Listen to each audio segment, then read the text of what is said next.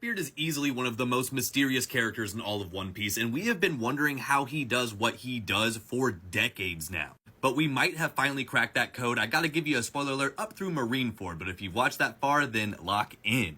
Even for those current in One Piece, we still have no idea what is going on with Blackbeard and what makes him so special. But my friend Mel has very possibly cracked the code on this. I just posted a long form version of this with all of the intricate details, but we're gonna try to do this in 3 minutes on a TLDR. Let's get to it. So Blackbeard has the Yami Yami no Mi, the darkness fruit. But it doesn't just act as darkness, it acts as gravity. More specifically, a black hole. It pulls absolutely everything into it, truly consuming all the things around it. But even though he's a Logia user, he doesn't seem to be able to become intangible. Well, there's a good reason for that. You see, for darkness to be able to be intangible, it would need to be in true darkness. It's like he would need a blackout curtain to be able to use his powers to the fullest. And that almost brings us here, but we have one more point to go over. What exactly happens to you when you eat a devil fruit? Well, according to this theory, it works a little bit like it does in Dorohedoro. When you consume the devil fruit, the devil itself forms a tumor-like thing on your brain.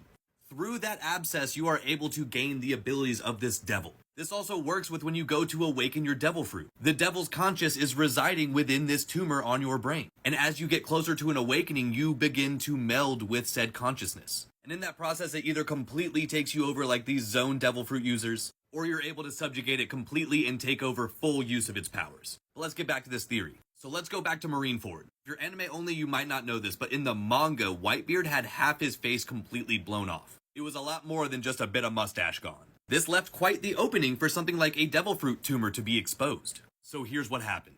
Blackbeard and his team cover Whitebeard with a blackout curtain, so Blackbeard can go under it and use the full extent of his powers. The full extent of those powers being able to fully draw in all things to him. Specifically drawing in that devil tumor from the head of Whitebeard. And here's the part where Blackbeard gets to have two devil fruits at one time. He himself did not consume Whitebeard's devil fruit.